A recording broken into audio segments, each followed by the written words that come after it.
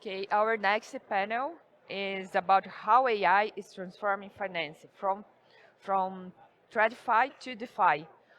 Please welcome to the stage Fernanda Capelli, journalist at BP Money, who will moderate the session.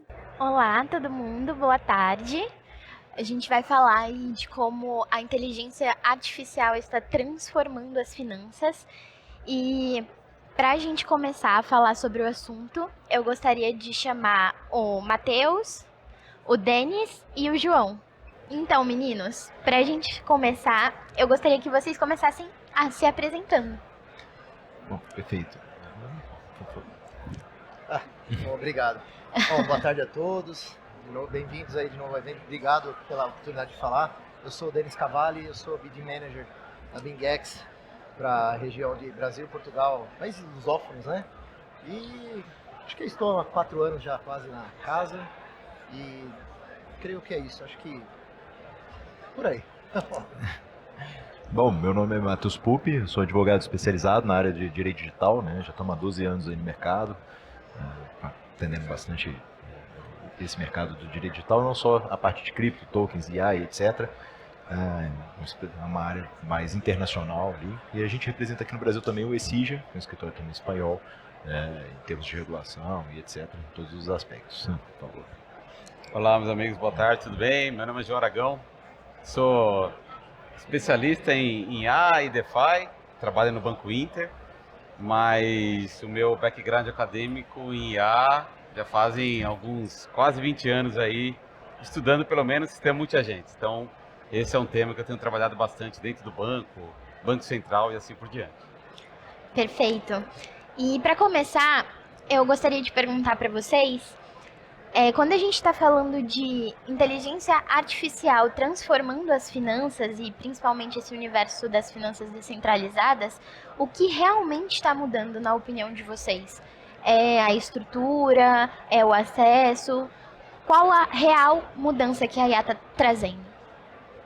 Olha, na nossa visão, né, na BingX, na minha visão particular e também da empresa, eu creio que é uma revolução estrutural, né? Começa com acesso, claro, né?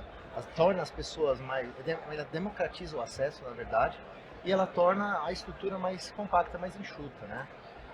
A gente vê muito usuário que não tinha recursos para usar certas operações, recursos mesmo financeiros, não tinha recursos financeiros para utilizar determinadas plataformas, não tinha liquidez patrimonial para isso, e a gente vê também, tanto desse lado da bancada quanto do outro, né? A estrutura das empresas, elas não precisam mais serem grandes portais, ter grandes estruturas de banco, né? Então, você vê hoje pequenas empresas fazendo coisas muito maiores, né? Eu até brinquei, fiz uma apresentação ontem que você deu o exemplo de uma molecada aí que consegue fazer grandes coisas, né? Desde startup, até brinquei que um menino aí pode pegar um vídeo, fazer um vídeo de internet com 2 atores de Hollywood com efeitos especiais aí, dignos de um filme mesmo, né? Então é um exemplo simplório e que pode ser escalado para qualquer coisa, para empresas, para usuários de mercado financeiro como um todo, né? Bom, na minha visão, tecnologia, jurídico e economia, eles caminham juntos, né? E essa infraestrutura, essa mudança estrutural que nós estamos vendo com o uso de blockchain, uso de inteligência artificial, a tokenização de ativos, o mercado de criptoativos no todo, eles afetam de uma maneira bem robusta e intrínseca, né, a própria natureza jurídica por trás de todos esses processos. Porque a gente não tem mais, com o uso dos smart contracts, ali, intermediários ali verificando a transação, então toda a lógica foi alterada, né? Se a gente for usar, por exemplo, o sistema de blockchain no mercado financeiro, né, às vezes eles podem fazer os contratos de uma maneira semi-autônoma ou mesmo com agentes de IA autônoma, né, que transforma, né, tanto a responsabilidade jurídica quanto os riscos, obviamente, porque você tem riscos jurídicos, riscos cibernéticos ainda envolvidos dentro desse processo todo, né, e de fato dá mais acesso, obviamente, melhora bastante esse fluxo, o que nivela um pouco o jogo com players menores ali no mercado. Mas também gera mais riscos ali que precisam ser mitigados com um olhar um pouco distinto do que a gente via antes no meio tradicional. Mas enfim, é uma revolução extremamente necessária, mas que demanda cautelas adicionais, né? Como toda mudança.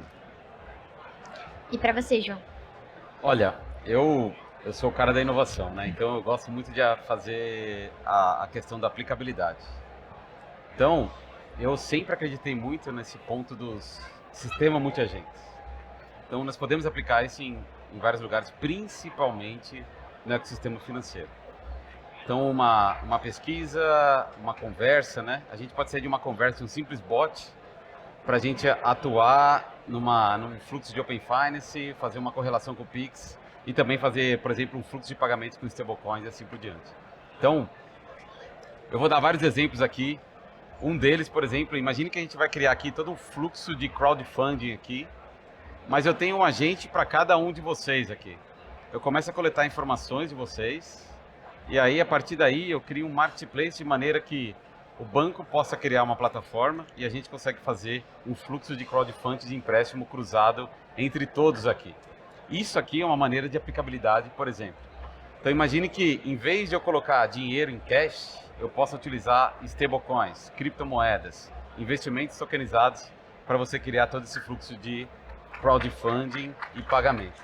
Então, o sistema multiagentes, ele pode ter essa facilidade de capturar informação, você cria inteligência, é como se você estivesse criando um espelho de cada cliente, né? E também daquele colaborador perfeito. Então, você, com os agentes, em verdade, você pode acabar criando esse sistema que faz uma comunicação muito mais, posso dizer, humana, de maneira para você fazer um trato como esse, tá? Aí depois eu vou falar de uns protocolos aí, X402, e-commerce, assim por diante, que pode facilitar muito. Então, aproveitando o gancho sobre esse protocolo, a gente costumava falar sobre inteligência artificial de um ponto de vista de auxiliar ali o ser humano nas decisões, e agora a gente está vendo uma outra onda, digamos assim, de uma IA automatizada, né, que vai poder fazer sozinha e tomar iniciativa sozinha, né? Como que isso está se dando olhando para o universo das finanças? Olha, essa é uma pergunta bem interessante. Por quê? Eu posso dar autonomia, mas temos que criar os guardrails corretos para essa determinada autonomia. Então, hoje, no mundo financeiro, você está trabalhando muito mais com semi-autônomo do que com o full autônomo. Quando a gente fala em full autônomo, eu posso colocar 2 agentes para criar uma criptomoeda e começar a transacionar. Qual que é o risco disso? Vários, tá? Então, voltando a um protocolo aqui, eu até comentei desse X402, imagine que eu entro num marketplace de um super app de um banco digital, e aí eu falo, cara, eu quero uma camiseta, sei lá, marrom, do tamanho M, e eu quero um preço do intervalo de 50 a 100 reais. A partir daí você consegue criar todo um fluxo de pagamento de check-in e check-out, e também esses agentes eles vão ter uma autonomia, inclusive para bater na sua conta corrente, esteja em uma mainframe, seja que esteja num fluxo de investimento, seja que esteja com stablecoins que você tem ali aplicado. Então, esse tipo de autonomia tem que ser bem determinada, de maneira que não crie o famoso fluxo de alucinação. Então, eu trabalhei bastante tempo na AWS, na Microsoft, fazendo esse tipo de guardrail para proteger esse tipo de comunicação com o cliente final. Então, por exemplo, nesse mesmo fluxo de pagamento, eu poderia ter chamado o agente Pix. Eu poderia ter chamado o agente Open Finance para ele olhar o saldo em todas as minhas contas e buscar isso. Eu poderia ter olhado o agente de Open Investment e ter buscado algum tipo de saldo que eu tenha investimento em renda fixa e conseguir fazer esse pagamento. Então, essa autonomia, ela realmente pode ter esse intervalo entre o semi-autônomo e o autônomo. Obviamente, hoje eu não sei se todos os bancos do mundo estão preparados para esse ponto aí de ser totalmente autônomo, tá? Mas é factível. Eu sei que a Visa e a Master estão criando todos esses protocolos dentro de um e-commerce, de maneira que você consiga fazer o check-in e check-out totalmente completo, utilizando, por exemplo, stablecoins. Ah, perfeito. E assim, quando a gente fala dessa evolução de várias tecnologias, incluindo a IA, a gente sempre fala que elas vêm para democratizar os acessos e tudo mais. E você, na opinião de todos vocês, essa democratização a IA dentro do universo das finanças, ela já veio de fato? Ela ainda está sendo construída? Como que a gente faz para que realmente todo mundo tenha acesso a esse tipo de inovação? Bom, eu vejo que a democratização é um processo que vem sendo construído, mas a gente não está lá ainda. Obviamente existem diferenças estruturais, né, até mesmo de acesso e educação, né, no nosso país e em outros também, claro. Né, e de fato o uso da inteligência artificial, o uso da blockchain, das finanças centralizadas, enfim, de várias outras tecnologias aí associadas, elas mudam muito a lógica do mercado financeiro, né? Inclusive na parte regulatória, porque querendo ou não, hoje a gente ainda tenta encaixar o círculozinho no quadradinho, né, para tentar interpretar algo que já mudou e que não é mais análogo, vamos botar assim. Né? E na parte da democratização desse acesso, né, uma vez que a gente tem esse fluxo já pronto e amplo e com alcance em nível nacional e internacional, vem os problemas. Vem os problemas no sentido de que aí que você vai ver de fato aonde que está os gargalos jurídicos, os riscos específicos associados com o uso massificado disto, né? E aí vem o regulador numa tentativa de fato amoldar isso a uma regulação nova, porque não dá mais para interpretar à luz do que a gente já tinha, né? A gente precisa de algo de fato novo, de fato ajustado para as novas tecnologias, que mudou toda a lógica jurídica, técnica, financeira do mercado tradicional, né? Bom, a gente vê isso em casa todo dia, né, na corretora, né? A nossa plataforma, ela hoje é toda interligada por IA, né? A BingX tem investido muito em inteligência artificial, 200 milhões de dólares já, exatamente para isso, né? A gente foca no conforto do usuário, né? Então, tem o prompt, que é que as pessoas entram para ter os insights, temos também são personalidades, né? Eu acho engraçado, temos personalidades de IA para personalidade de traders, né? E porque para ele ter o controle da ação, né? Para ele tomar a decisão, para ele ter aquela... Porque o que acontece? A complexidade, ela deixa a pessoa com medo de usar determinadas ferramentas, né? Eu sou engenheiro, né? Sou engenheiro da computação também. Eu sei um pouco como que é essa coisa. O pessoal às vezes fica com medo da gente, né? E quando você pega e diminui essa curva de aprendizagem, né? Diminui um pouco esse gap, né, de conhecimento com a ação, as pessoas elas perdem um pouco esse medo, né, dessa complexidade. Então você faz com que elas se tornem, elas peguem a rédea dessa ação. Né? Então a gente vê isso em loco. Mais de 30 milhões de pessoas já estão usando no mundo, já estão usando essa solução da BingX. Então, o que eu posso te dizer é que está no início, como o Dr. Pedro falou, mas ela tem uma aderência muito grande, né? Então, acredito que é um caminho sem volta, e é por isso também que grandes players do mercado estão investindo muito nisso, né? Todo mundo vê que é um caminho sem volta, assim como as criptos também, né? Durante muito tempo, o cripto era uma coisa de estranho, né? De pessoal que estava meio... O que é aquilo? O que é uma cripto? O que é um Bitcoin? Isso aí não serve para nada, isso aí vai ser bolha, etc. E a IA também. Tem gente falando ainda de bolha de IA, né? Então, é sempre assim, né? O pessoal primeiro nega que o seu mundo está mudando, nega que o futuro chegou, e depois ele se adequa e por fim ele adere. Né? É verdade. E assim, quando a gente olha para stablecoins, automações de processos de pagamento, a gente está falando de uma nova forma de fazer determinados tipos de transação, isso tudo com auxílio da inteligência artificial. Vocês acreditam que esse novo meio, ele pode concorrer de alguma forma com os trilhos tradicionais? Como que vocês enxergam que essas grandes empresas vão reagir e como elas estão reagindo, na verdade, a essa nova evolução, digamos assim? Olha, bom, primeiro elas se aderem aos poucos, né, como a gente estava falando, começou a falar, e depois elas entendem que tem que estar participando daquilo, né? O caminho lento, os trilhos lentos, né, do passado vão sendo incrementados, né? e depois percebe que é um caminho rápido, né? Tem muita coisa acontecendo, processos muito rápidos, muito extremos, né, às vezes, né? De criptonativos, né? Poxa, a gente fala lá, a gente está trazendo, por exemplo, TradFi, Traditional Finance para BingX, agora transformando numa plataforma global. Então tem lá de um lado operações com ouro, que bateu de 2 bilhões, de todo o TradFi bateu 1 bilhão, 1,5 bilhão bilhões de toda a operação, e do outro lado as criptos tradicionais, né? Então a gente vê que tudo isso, tudo que está acontecendo faz com que as pessoas enxerguem diferente, né? As empresas estão enxergando de um jeito diferente, então eu acredito que elas têm, acho que é o caminho, eu acho que é inevitável, né? Então elas estão enxergando que elas têm que fazer isso. E também uma coisa, né? Quem chega primeiro tem uma vantagem competitiva muito grande, né?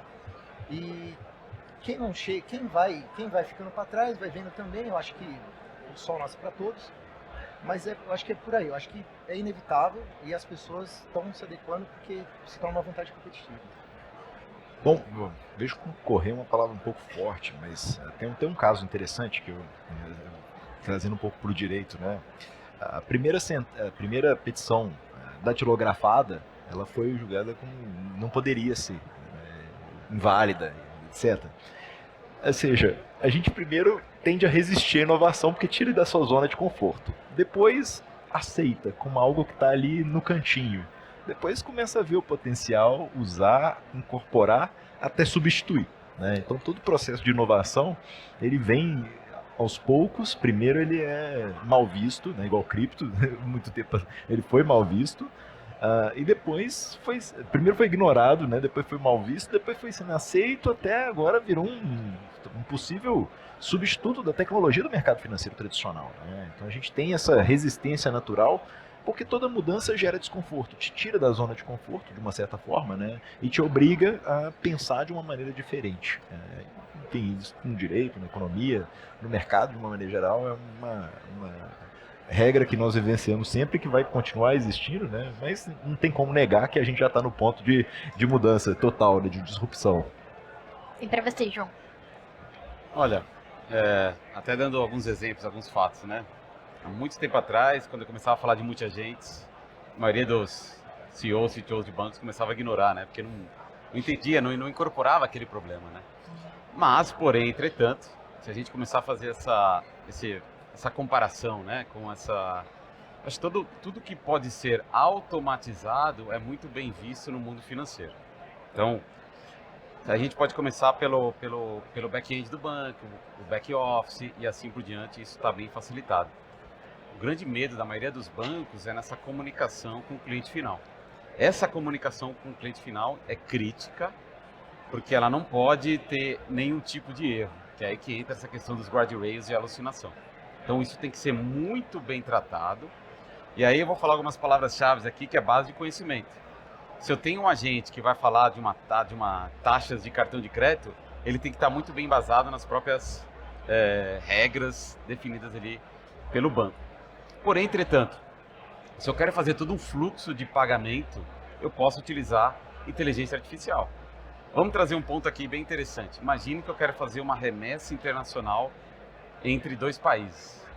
Eu posso criar um modelo que use o processo de Automated Market Maker e comece a fazer toda uma análise de risco para eu fazer toda essa troca de dinheiro, por exemplo, em FX, entre 2 bancos comerciais. A gente pode subir essa barra para bancos centrais e assim por diante.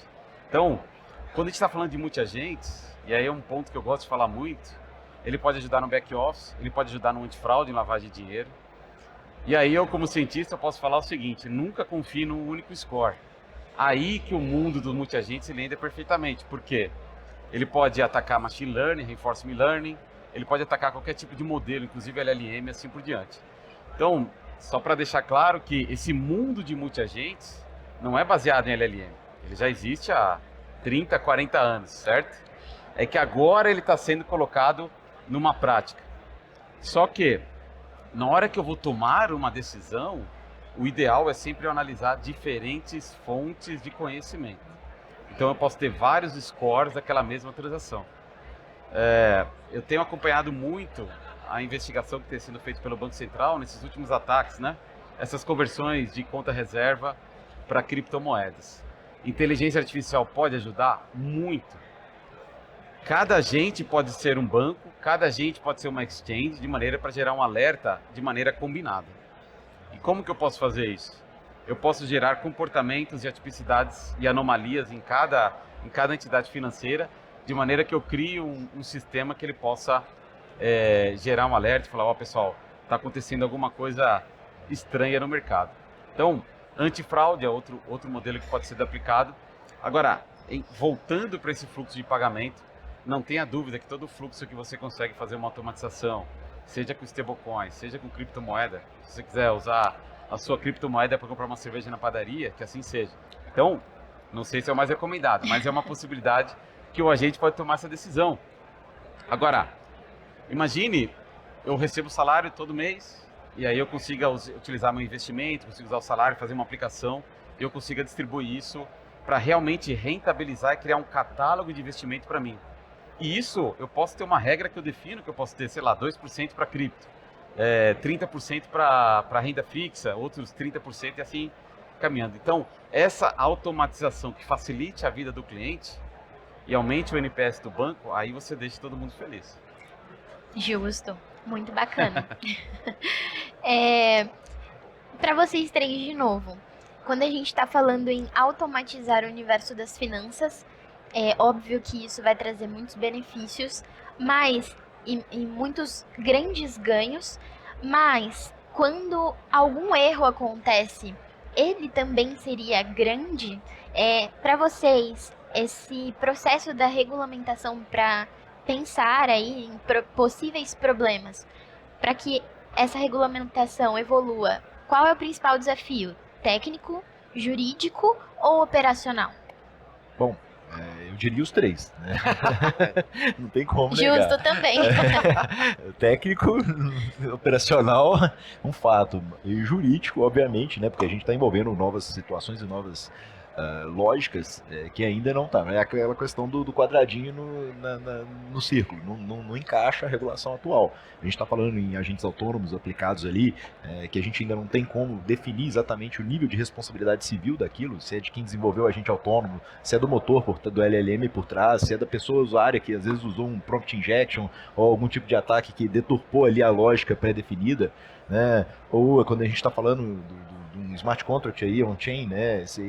A validade legal disso, embora para mim também claro que tem uma validade jurídica para quase que uma assinatura eletrônica uma vez que você transaciona ali, mas isso é uma lógica que tem que ser, ainda sofre precisa desse rompimento com o meio tradicional que é difícil, é moroso, é demorado, né? E a gente ainda vive numa lógica jurídica muito tradicional, que está agora começando a enxergar, né? Bom, já visto que tem hoje ainda sentenças que falam que DocuSign não é assinatura válida. Olha, já passou disso há muito tempo. Já vi até gov.com assinatura não ser válida. E aí vai explicar smart contract para um judiciário ali, às vezes numa vara no interior e etc.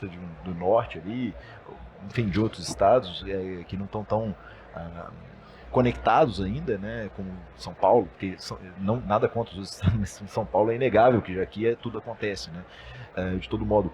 Então você ainda tem que romper com um padrão tradicional, com uma lógica legislativa que ainda é arcaica, vamos colocar assim. Precisa mudar, e precisa mudar a forma de interpretar as leis de todo modo. Isso ainda é um desafio que tem que romper aquela barreira do comodismo, né, tradicional do direito e da tecnologia e da parte operacional também, né? Imagino que é o mesmo problema, vamos botar assim, né?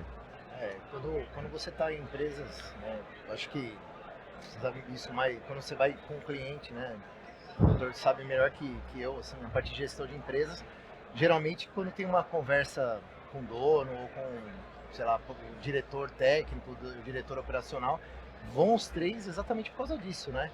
Vai lá com o advogado por causa disso, né? Porque você tem que ver os limites, as bordas, para você, se tiver que, você não transpõe esse limite, mas você fica em cima do muro, né?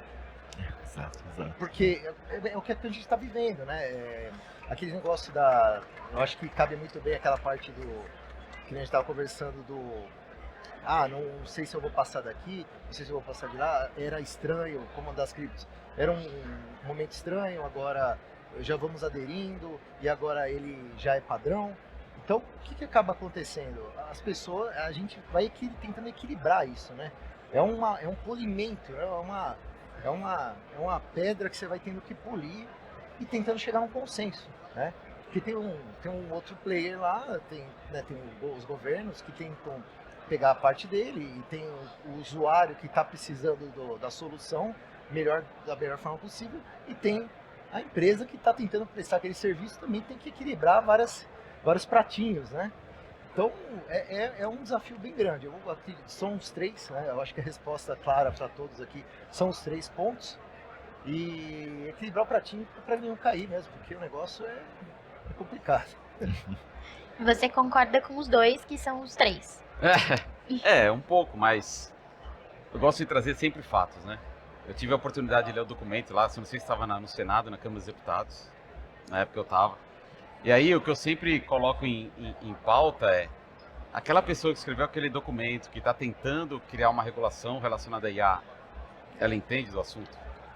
É esse que é o meu grande ponto. Por quê? Na hora que eu bati o olho no documento, o pessoal pediu faz um feedback sobre esse documento. Eu falei, cara, é o seguinte, a IA vamos dizer assim, não está no estado perfeito, não está no estado da arte perfeito. Para você chegar num modelo muito bom, por exemplo, esse modelo de fraude que eu comentei com vocês, até você chegar, imagine que tiveram, sei lá, vários ataques ao Banco Central nos últimos dias, beleza? Aí eu analiso o primeiro dia, depois eu tenho que saber se somente com aquele dia eu consigo analisar os outros dias, e aí eu vou tendo um aprendizado contínuo. A IA é um pouco disso. E aí o grande ponto é o aprendizado para o reforço. Você sempre vai aprendendo de maneira dinâmica. E isso não importa se é no mundo financeiro ou se é no mundo da saúde e assim por diante. E aí eu gosto muito de usar um exemplo que teve uma moça nos Estados Unidos que ela falou que com uma gota de sangue ela conseguiria fazer vários testes, 250 testes. No final das contas, não tinha nada. Esse era o grande ponto. Então, a IA, ela pode simular muitas coisas e o grande problema é o seguinte, se você não tem um background que consiga contestar, aí que você pode cair numa armadilha. Então, imagine que eu estou criando uma petição e se você ali não tem um background que você consiga duvidar daquele posicionamento, provavelmente você vai cair naquela... Se me permite complementar, é exatamente isso que você falou. No início da regulação de IA, estava uma discussão louca falando no black box da IA, tem que abrir o algoritmo.